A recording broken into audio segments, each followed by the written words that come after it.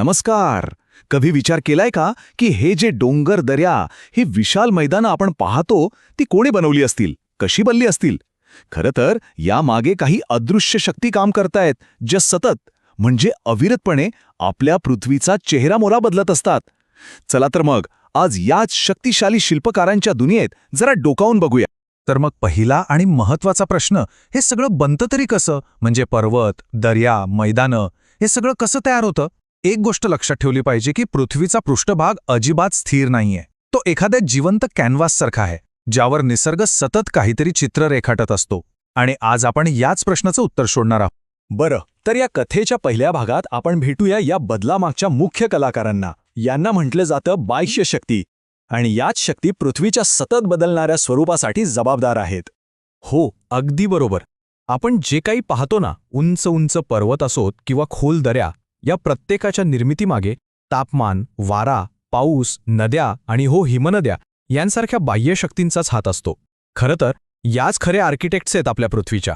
आता बघा, कोणतंही शिल्प बनवायचं असेल तर आधी दगड तयार करावा लागतो, बरोबर? निसर्गात पण अगदी तसंच घडतं.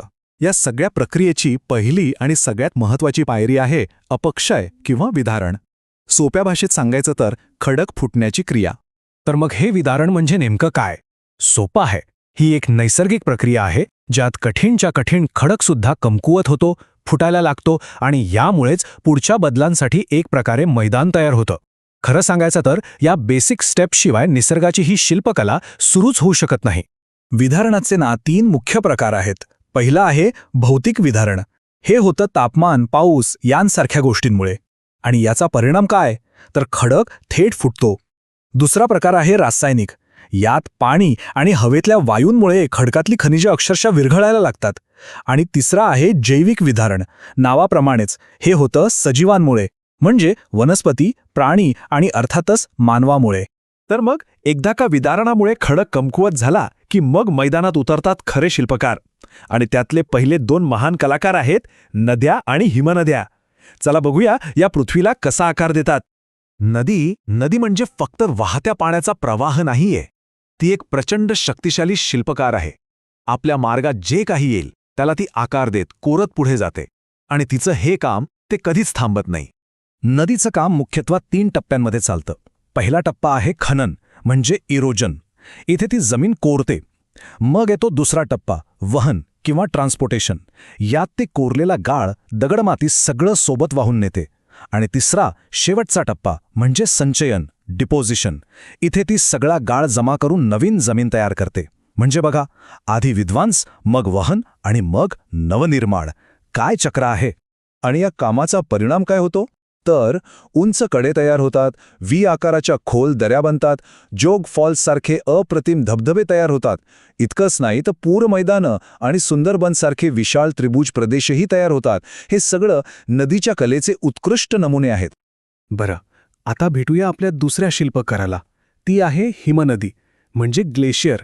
नदीच्या तुलनेत हिमनदीचा वेग खूपच कमी असतो, पण तिची ताकद ती प्रचंड असते. ती अक्षरशः एखाद्या बुलडोझरसारखं काम करते, इतकी की अख्ख्याच्या अख्ख्या पर्वतरांगांचा आकार बदलून टाकू शकते. आता इथे बघा, या दोघांच्या कामातला फरक अगदी स्पष्ट दिसतोय. नदी आपल्या वेगवान प्रवाहामुळे एक अरुंद आणि खोल व्ही आकाराची दरी तयार करते. याउलट हिमनदी तिच्या प्रचंड वजनाने आणि घर्षणामुळे एक रुंद आणि पसरट यू आकाराची दरी कोरते. म्हणजे दोघांची काम करण्याची पद्धत किती वेगळी आहे ना?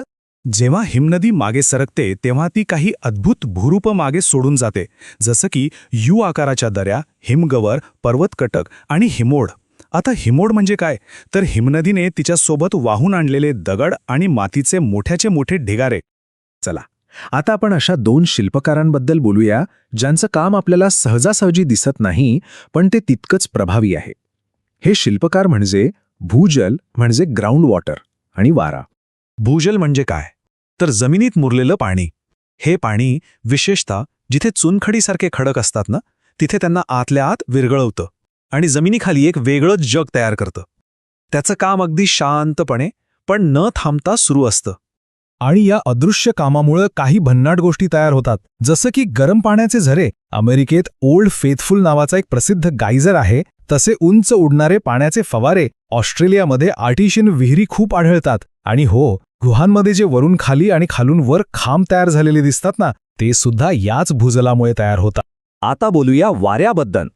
वाळवंटी प्रदेशात तर वाराच मुख्य शिल्पकार असतो. तो काय करतो तर वाळूचे कण सोबत घेतो आणि खडकांवर आदळतो आणि असं करत करत त्यांना हळूहळू आकार देतो. अगदी एखाद्या नैसर्गिक सँड ब्लास्टरसारखं त्याचं काम चालतं. वाऱ्याच्या या कामामुळे काही खास भूरूपं तयार होतात, जसं की मशरूमसारखे दिसणारे भूछत्र खडक, वाळूच्या मोठमोठ्या टेकड्या, बारखान नावाच्या अर्धचंद्राकृती टेकड्या आणि उत्तर चीनमध्ये जशी लोएसची मैदानं आहेत तशी पिवळ्या मातीची विशाल मैदानंसुद्धा वाऱ्यामुळेच तयार होतात. बरं, आता वेळ झाली आहे आपल्या शेवटच्या शिल्पकाराला भेटायची आणि मग पाहूया की ही संपूर्ण कथा एका अखंड चक्रात कशी जोडली गेली आहे. सागरी लाटा, त्यांची ताकद तर अफाट आहे. त्या सतत न थांबता किनाऱ्यावर आदळत असतात. एका बाजूला त्या खडकांची झीज करतात तर दुसऱ्या बाजूला वाळू जमा करून नवीन किनारेसुद्धा बनवतात, म्हणजे दुहेरी काम. आणि त्यांच्या या दुहेरी कामामुळे काय बनतं तर सागरी कडे, सागरी गुहा, समुद्रातल्या कमानी, सुंदर बीचेस म्हणजे पुळण आणि वाळूचे दांडे यांसारखी अनेक आकर्षक भूरूपं तयार होतात. आणि यातला सगळ्यात महत्त्वाचा मुद्दा काय माहिती आहे तो हा, की या सगळ्या शक्ती म्हणजे नदी, हिमनदी, वारा, भूजल, सागरी लाटा या कोणीही एकटं काम करत नाही. त्या सगळ्या एका मोठ्या नैसर्गिक चक्राचा भाग आहेत. एका शक्तीने सुरू केलेलं काम दुसरी शक्ती पुढे नेते. हे एक टीमवर्क आहे. हे एक वाक्य आहे जे या सगळ्या प्रक्रियेचं सार सांगतं. आपण आज जे भूप्रदेश पाहतो ते भूवैज्ञानिक काळातील केवळ एक क्षणचित्र आहे, एका सतत बदलणाऱ्या कलादालनातील एक तात्पुरती उत्कृष्ट कलाकृती. किती खरं आहे हे? आणि याच एका विचारासोबत आजचा हा भाग आपण संपवूया. जरा विचार करा, या सगळ्या नैसर्गिक शक्तींच्या अखंड कामामुळे आजपासून हजारो वर्षांनी आपल्या पृथ्वीचा नकाशा कसा दिसत असेल.